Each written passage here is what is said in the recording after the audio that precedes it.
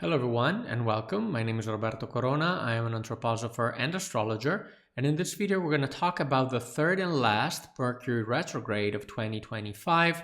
Now in this picture here you can see the orbit traced by Mercury in the sky from the geocentric perspective from the Earth, and as you can see it creates these three rings, these three loops in the sky, and this happens 3 times a year and lasts for 3 weeks.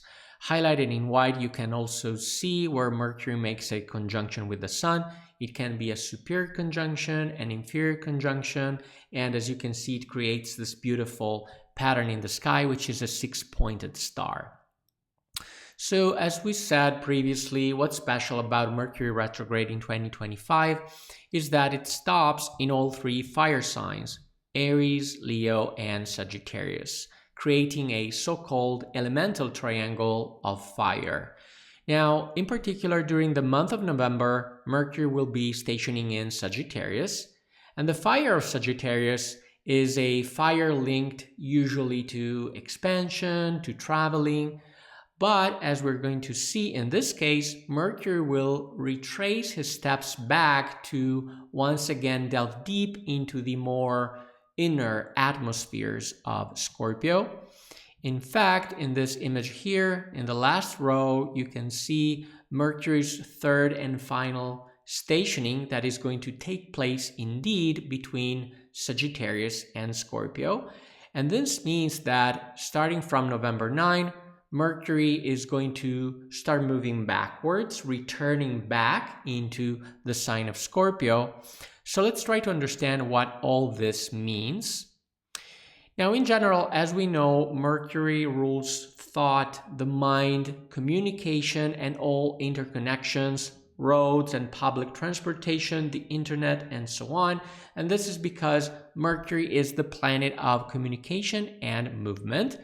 And in this picture here, you can see Mercury just emerging from a cave, but instead of moving on into his journey towards the outside world, he realizes that for some reason he must turn back into this cave, most likely because there are still some issues to address, to be confronted in this cave.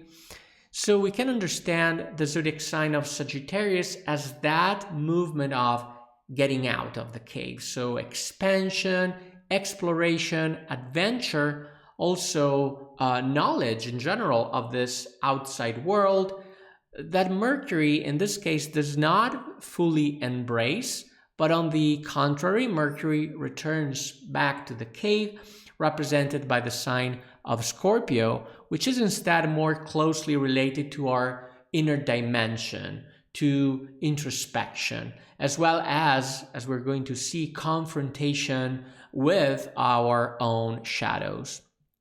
In general, in fact, during the 3 weeks in which Mercury is retrograde, all processes that allow us to better understand ourselves, our soul, are definitely facilitated. But on the other hand, all external movements are impeded and hindered by Mercury, such as external expansion or growth, also metaphorically conquering or exploring new land, all things represented very well by Sagittarius. Now, in this regard, the image of the lantern is very fitting because it represents the light we can collect and keep within ourselves to shed this light, to bring more clarity to the darkness of the unconscious. And on top of that, Mercury retrograde between Sagittarius and Scorpio also invites us to clarify our spiritual beliefs, our faith, and our ideals, all Sagittarius significations, to approach them with more critical thinking, maybe questioning them more, to get a better sense and direction of our inner journey. Another important spiritual issue of this Mercury is the general theme of confronting evil, and in particular, issues that involve getting to know our double, our doppelganger, that is, that part of us that works against our spiritual evolution, basically. So we all carry within ourselves a version of who we are that are connected to our worst impulses, and it is the internal raw psychological material. Now you can think of the double as our starting point, right? What we need to recognize, to embrace in order to work on it, in order to process it and make it better and evolve it ultimately. So in general, if we believe that, oh, we're beautiful, oh, we're good, we are kind and so on, this doesn't help at all. But on the contrary, it prevents us from becoming responsible of our soul. And in our soul, we can find those things because we are human and they're there and we need to accept them and to process them. And this issue can also be explored and addressed from a collective perspective. It is also easier to do it. This is what usually people into spirituality do. They recognize evil outside in the world, right? But we don't have to fall into this temptation of pointing the finger at this or that other group. In fact, it is essential to understand that the forces that are adverse to humanity's evolution, they operate today transversally everywhere in all groups without being identified in a particular way with this or that group of individuals or this or that particular nation, because evil is everywhere, right? So we need to recognize that these forces of evil, they rely on the fact that different groups of people fight each other without perceiving that this division and aversion is precisely part of their strategy. It is an evil strategy, right? So it's, as they say, divide and conquer. This is what they do, right? So as long as we fight each other, we cannot recognize the divinity in others, and ultimately we cannot bring this harmony and peace to this world. So we need to be aware of that. Now, if we examine Mercury's aspects between October and November, we see that the protagonist of these aspects in this retrograde period from November 9 to November 29 is a long conjunction between Mercury and Mars, which you can see here in yellow. It has already started. It basically, as you can see, involve most part of October, and then it continues in November, right? So this conjunction between Mercury retrograde and Mars means that the main force to be better understand, both internally and externally, is that of Mars, are the forces of Mars. We need to better understand them. We need to really understand how they work, what they're doing.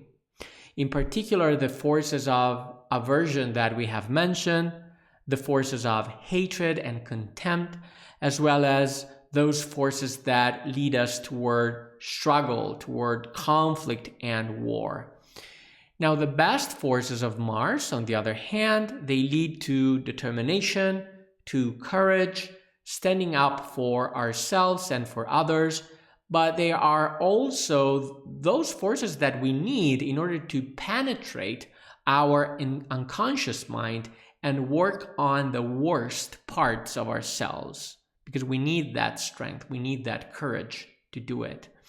And interestingly enough, we can identify these positive forces of Mars with the archetype of Saint Martin, whose festival falls on November 11.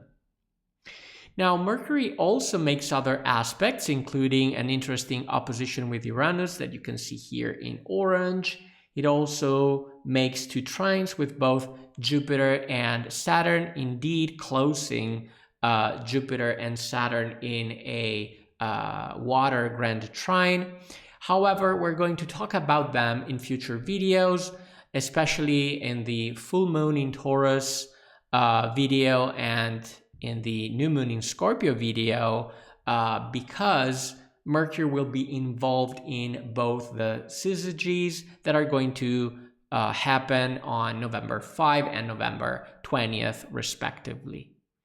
Now here you can see the different phases of Mercury retrograde with its 2 stations at 6 degrees and 51 Sagittarius and the second station at 20 degrees and 42 Scorpio.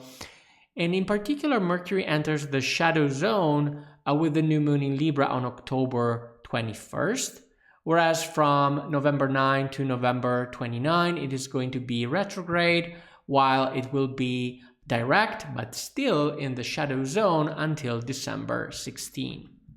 As always, thanks for watching. If you want to support my work, please like this video, subscribe to the channel, and turn on the notification bell not to miss out on future astrological insights. I am Roberto Corona. See you in the next video.